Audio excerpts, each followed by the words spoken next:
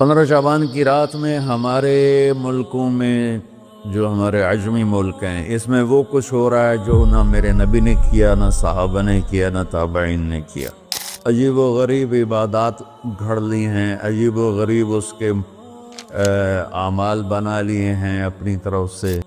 میرے نبی نے اس رات کی فضیلت بتائی، عمل کوئی نہیں بتایا، اور کچھ علماء نے اس کے رد میں اس کا اتنا انکار کیا ہے کہ اس رات کی کوئی فضیلت ہے ہی نہیں۔ یہ بھی ٹھیک نہیں۔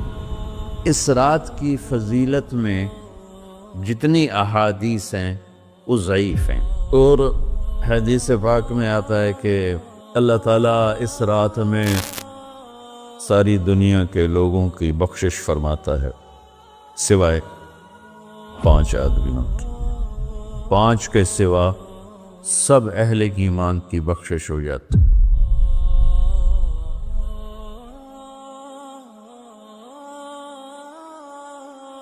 میں 15 شعبان کے حوالے سے بات کچھ کرنا چاہتا تھا اور کچھ رمضان کے حوالے سے۔ 15 شعبان کی رات میں ہمارے ملکوں میں جو ہمارے عجمی ملک ہیں اس میں وہ کچھ ہو رہا ہے جو نہ میرے نبی نے کیا، نہ صحابہ نے کیا، نہ تابعین نے کیا۔ عجیب و غریب عبادات گھڑ لی ہیں، عجیب و غریب اس کے اعمال بنا لیے ہیں اپنی طرف سے، اور مسجدیں بھری ہوتی ہیں اور روشنیاں لگی ہوتی ہیں اور آتش بازی ہو رہی ہوتی ہے۔ میرے نبی نے اس رات کی فضیلت بتائی، عمل کوئی نہیں بتایا۔ جیسے یہاں کوئی صلاۃ تسبیح کی جماعت کرا رہے ہوتے ہیں، کوئی اجتماعی تہجد پڑھ رہے ہوتے ہیں، کوئی دیگیں چڑھا رہے ہوتے ہیں، کوئی آتش بازی کر رہے ہوتے ہیں، تو وہ اس میں اتنا غلو ہو گیا ہے کہ یہ بھی ٹھیک نہیں۔ اور کچھ علماء نے اس کے رد میں اس کا اتنا انکار کیا ہے کہ اس رات کی کوئی فضیلت ہے ہی نہیں۔ یہ بھی ٹھیک نہیں۔ اس میچ کا راستہ، اس رات کی فضیلت میں جتنی احادیث ہیں وہ ضعیف ہیں، لیکن اتنی کثرت سے ہیں کہ ان سب کا مل کر جمع ہو کر کم از کم وہ حسن لغیر ہی تک تو پہنچ جاتی ہیں۔ اور ابن عثیمین رحمۃ اللہ علیہ نے بھی یہ لکھا ہے کہ زیادہ سے زیادہ ان احادیث کے مجموعے سے، چونکہ اگرچہ ضعیف ہیں لیکن کافی زیادہ ہیں، تو وہ حسن لغیر ہی تک پہنچ جاتی۔ تو حسن لغیر ہی سے کوئی عمل ثابت نہیں ہوتا، عمل ثابت ہوتا ہے صحیح حدیث کے سے۔ ایک احادیث کی کثرت سے روایات اور ایک امت کا عمل، کہ امت کا بہت بڑا طبقہ صدیوں سے اس رات کا اہتمام کر رہا ہے، لیکن کچھ عرصہ پہلے تک اہتمام تھا دن میں روزہ رکھنا، رات کو کوئی نوافل پڑھ لینا، کوئی 2 چا زیادہ پڑھ لینا، لیکن اب یہ ڈھول تماشے جو اب شروع ہوا ہے اس کا تو کوئی وجود ہی کوئی نہیں ہے۔ تو اس رات کو اللہ تعالیٰ نے مبارک بنایا، اور حدیث پاک میں آتا ہے کہ اللہ تعالیٰ اس رات میں ساری دنیا کے لوگوں کی بخشش فرماتا ہے سوائے 5 آدمیوں کی۔ 5 کے سوا سب اہل ایمان کی بخشش ہو جاتی۔ مشرک، المشرک، پہلا مشرک، دوسرا مشاحن۔ مشاحن کیسے کہتے ہیں؟ دل میں بغض رکھنے والا، کینہ رکھنے والا۔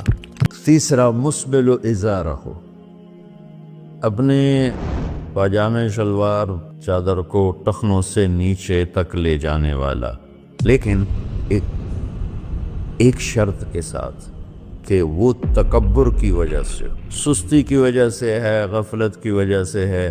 چونکہ جب آپ نے ایک مرتبہ اس کے بارے میں بات کی تو حضرت ابوبکر صدیق نے کہا یا رسول اللہ، میری چادر، عرب چادر باندھتے تھے جیسے ہمارے پنجاب کا لباس چادر تھا، اب وہ کم ہو گئے۔ ہماری تو بزرگ عورتیں بھی اور مرد بھی سب چادر باندھتے تھے، شلوار تو کسی کو پتہ ہی نہیں ہوتا تھا ہمارے بچپن میں۔ یہ تو پھر آہستہ آہستہ جب تعلیم آئی تو شلوار دیہاتوں میں بھی اور شہروں میں عام ہو گئی۔ تو اگر وہ اس لیے لٹکا رہا ہے کہ طبیعت میں تکبر ہے، پھر اس وعید کا وہ حقدار ہے۔ اگر ویسے اس کی نیچے جا رہی ہے تو میرا مالک ایسا، وہ تو ہے ہی رحیم و کریم، ہے ہی رحیم و کریم، ہے ہی رحیم و کریم، صرف شلوار نیچے لٹکانے سے وہ اتنی شدید سزا دے۔ اگر اس کے پیچھے تکبر ہے، پھر ہے یہ تکبر نہیں ہے تو انشاءاللہ وہ اس سے محفوظ ہوگا۔ تو اپنی چادر کو لٹکانے والا، لیکن بشرط تکبر۔ کتنے ہو گئے؟ 3۔ عاق لوالدیہ، ماں باپ کا نافرمان۔ نافرمان ایسا کہ دکھ دینے والا۔ چھوٹی موٹی اونچ نیچ تو ہر بچے سے ہو جاتی ہے، جن نے والدین کو ٹکڑے ٹکڑے کر لیا ہو اور ان کو دکھ دے دے دے دے کے ان کا سینہ چیر دیا ہو، چونکہ عاق کہتے ہیں پرزے پرزے کرنا کسی چیز کا، تو اپنے دکھ دے کر اپنی بدتمیزی کے ساتھ اس نے ماں باپ کا دل زخمی کر دیا ہو، ایک یہ نہیں معاف ہوتا۔ 5واں مدمن خمر، مسلسل شراب پینے والا، مستقل جو شراب کا عادی ہو۔ ان 5 کو مؤخر کر دیا جاتا ہے۔ معافی نہیں ہونے کا مطلب یہ نہیں کہ اللہ تعالیٰ کبھی معاف نہیں کرے گا۔ معافی نہ ہونے کا مطلب یہ ہے کہ یہ 5 ایسے گناہ ہیں کہ اس کی وجہ سے بخشش رک جاتی ہے۔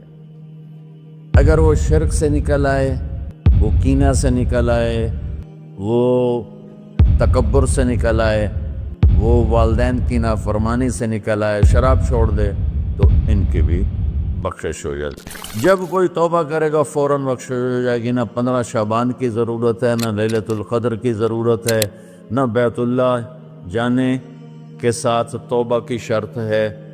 جہاں بھی وہ بیٹھ کے توبہ کرے گا، جس لمحے میں کرے گا، اسی وقت اس کی توبہ قبول ہوگی اور اللہ اس کے پچھلے سارے گناہوں کو معاف فرما دے۔ دن کا روزہ، رات کا قیام، زیادہ قیام سے مراد نوافل ہیں، کوئی گھر میں پڑھ لے، کوئی مسجد میں پڑھ لے۔ نوافل، نفلی عبادات گھر میں ہی افضل ہوتی ہیں۔ میرے نبی سنتیں ہمیشہ گھر سے پڑھ کے آتے تھے۔ تہجد اپنے گھر میں پڑھتے تھے، مسجد میں نہیں پڑھتے تھے، سوائے اعتکاف کے۔ آپ اپنے نوافل سنتیں سب گھر میں پڑھتے تھے اور مسجد میں صرف فرض آ کے ادا فرماتے تھے، اور اس کے بعد بیٹھنا ہوتا تھا تو بیٹھ جاتے تھے، اٹھنا ہوتا تھا تو اٹھ جاتے تھے۔ تو اعتدال اللہ کو ہر چیز میں پسند ہے۔ دنیا جو مختصر ہے اس میں کیسے پسند نہیں ہوگا؟ آخرت جیسے معاملے میں بھی اللہ ہم سے کہہ رہا ہے اعتدال، امتاً وسطا۔ ایسے عیسائیوں کی طرح ترک دنیا بھی نہ کرو، یہودیوں کی طرح دنیا کے پیچھے نہ پڑ جاؤ، رزق کے حلال بھی کماؤ، اپنے بچوں کو بھی دیکھو، اپنے فرائض کو بھی دیکھو جو دنیاوی ہیں، اور اللہ سے بھی اپنا معاملہ ٹھیک کرو اور درست کرو۔ بعد کے زمانے میں صحابہ کے بعد سے ہی ایک انتہا پسندی امت میں آئی، ساری رات جاگنا۔ فلاں بزرگ تھے، وہ رسے سے اپنے بالوں کو باندھ لیتے تھے کہ نماز پڑھتے پڑھتے جب نیند آئے اور جھٹکا لگے تو رسے سے بندھے ہوئے بالوں سے اس جھٹکے سے تکلیف ہو اور ان کی آنکھ کھل جائے اور پھر نفلوں میں شروع ہو جائے۔ ایک فلاں بزرگ تھے، وہ اپنے آنکھوں میں نمک کا سرما لگاتے تھے تاکہ آنکھیں جل جائیں، اور اس میں وہ جلن پیدا ہو جائے اور نیند اڑ جائے۔ یہ ایسے واقعات بھرے پڑے ہیں۔ فلاں بزرگ تھے، انہوں نے 30 سال عشاء کے وضو سے فجر کی نماز ادا کی۔ یہ اپنی جگہ پہ بزرگی ہے، لیکن یہ بھائیوں یہ دین ہم پیش نہیں کر سکتے۔ فلاں بزرگ تھے، وہ 30 سال سے ستو کھا رہے تھے کہ روٹی کھانے اور ستو کھانے میں 70 دفعہ سبحان اللہ کا فرق پڑ جاتا ہے۔ تو روٹی کھائیں تو 70 دفعہ سبحان اللہ کم کہہ سکتے ہیں، اور ستو کھائیں تو 70 دفعہ سبحان اللہ زیادہ کہہ سکتے ہیں۔ تو لہٰذا انہوں نے کہا مجھے تو 30 سال ہو گئے، میں تو ستو کھا رہا ہوں، میں تو روٹی نہیں کھا رہا۔ یہ دین نہیں ہے، یعنی یہ وہ دین نہیں جو ہم انسانیت کو پیش کر سکیں۔ یہ تو لوگوں کو دوڑانے والی بات، یہ رہبانیت کی شکل ہے۔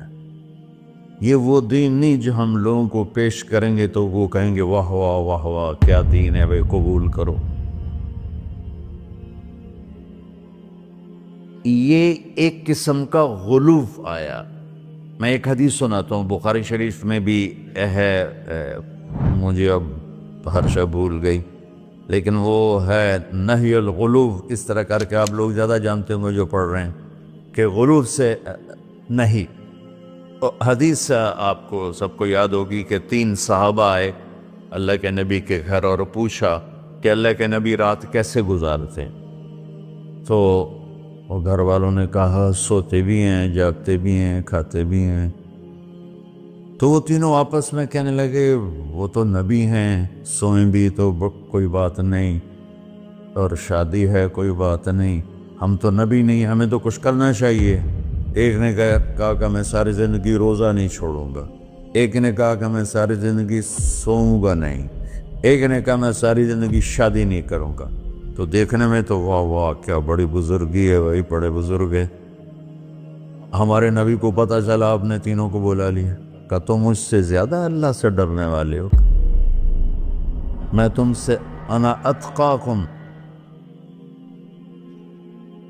یا اخشاکم، الفاظ آپ لوگوں کو زیادہ یاد ہوں گے لیکن مفہوم میں صحیح پیش کر رہا ہوں۔ آپ نے کہا میں تم سے زیادہ اللہ کو جانتا ہوں، تم سے زیادہ اللہ سے ڈرتا ہوں، میں سوتا بھی ہوں، میں کھاتا بھی ہوں، میں روزے بھی رکھتا ہوں، میں چھوڑ بھی دیتا ہوں، میری بیویاں بھی ہیں، میں اپنی بیویوں کے پاس بھی جاتا ہوں۔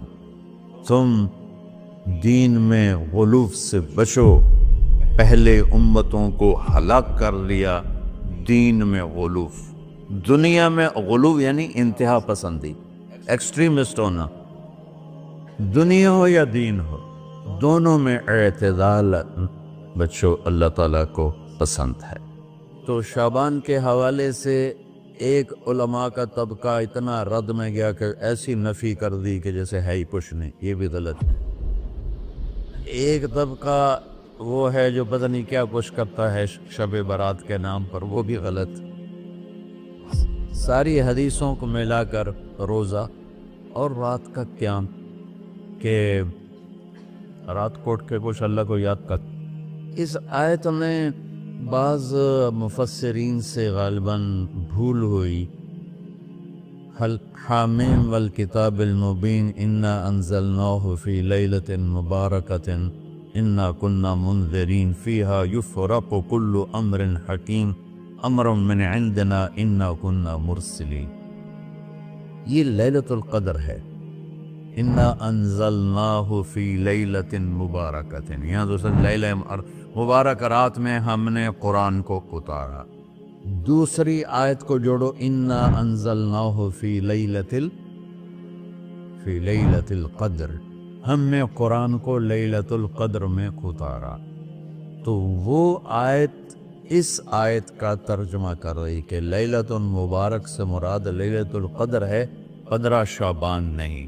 لیکن بعض مفسرین جو بڑے لوگ ہیں، لہذا ہم سب کا ادب احترام کرتے ہیں، لیکن رائے کا اختلاف ہو وہیں بڑے علماء میں ہی ہے، تو اسی کو میں آپ کے سامنے نقل کر رہا ہوں، کوئی اپنی رائے نہیں دے رہا ہوں۔ تو ان سے یہ صاف ہو گیا کہ انہوں نے اس کو 15 شعبان بنا دیا۔ یہ 15 شعبان کی رات نہیں ہے، یہ لیلۃ القدر ہے، کہ جس میں وہ پورے سال کے احکام اعلان کر دیے جاتے ہیں، وہ شب قدر ہے۔ اس میں بھی معافی ہوتی ہے، اس میں بھی معافی ہوتی ہے، لیکن شب قدر تو قرآن سے صحیح احادیث سے ثابت ہے، اور شعبان کی رات ضعیف حدیثوں سے ثابت ہے، لیکن کثرت حسن لغیرہ اور امت کا عمل اس میں بہت بڑی گنجائش پیدا کرتا ہے۔ تو جو بچہ روزہ رکھنا چاہے ضرور رکھے، جو رات کو اٹھنا چاہے ضرور اٹھے، لیکن وہ اتنا نہ اٹھے کہ صبح سبق میں سویا پڑاؤ۔ تو ایسی عبادت نہیں چاہیے کہ آپ اپنے طلب علم جو فرض ہے اس میں آپ سوئے پڑے ہوں تو تمہارے خوراکوں سے سبق بھی متاثر ہو رہا ہو، تو اعتدال بچوں، ہر چیز میں اعتدال۔ تو اس میں یہ جو 5 ہیں، ایک مشرک، ایک مشاہن۔ مشاہن کون ہے؟ جو دل میں کینہ بغض رکھتا۔ اب میں کہاں سے آنسو لاؤں اس بات پر رونے کے لیے کہ ایک تو دنیا داروں کا بغض کینہ ہے آپس کی لڑائیوں سے، لیکن یہ جو دیندار ایک دوسرے سے بغض، اس قدر بغض رکھتے ہیں کہ کافر بنائے بیٹھے ہیں، دوسرے کو سلام کا جواب نہیں دیتے، جنازے میں نہیں شریک ہوتے۔ اس کا جرم واپس جاتا ہے تاجروں کو نہیں، حکمرانوں کو نہیں، خطیبوں، نادان، ہر خطیب نہیں، نادان خطیبوں کو، جو ہر مکتبہ فکر میں موجود ہیں، جو اس شدت کے ساتھ اوروں کی نفی کرتے ہیں اور اپنے آپ کو صحیح کہتے ہیں کہ جیسے باقی سب جہنمی ہیں، سب کافر ہیں، اور صرف ہم ہی صحیح ہیں اور ہم ہی جنت میں جائیں گے اور کوئی جنت میں نہیں جائے گا۔ تو جو کہ اس میڈیا کے ذریعے سے بہت سی امت سن رہی ہے، تو میں دیکھو بچوں ہاتھ جوڑتا ہوں اللہ کے واسطے، دین پیش کرنا، کافر کافر کے نعرے مت لگانا، اور یہ کافر وہ کافر، یہ کافر وہ کافر۔ اللہ بڑا کریم۔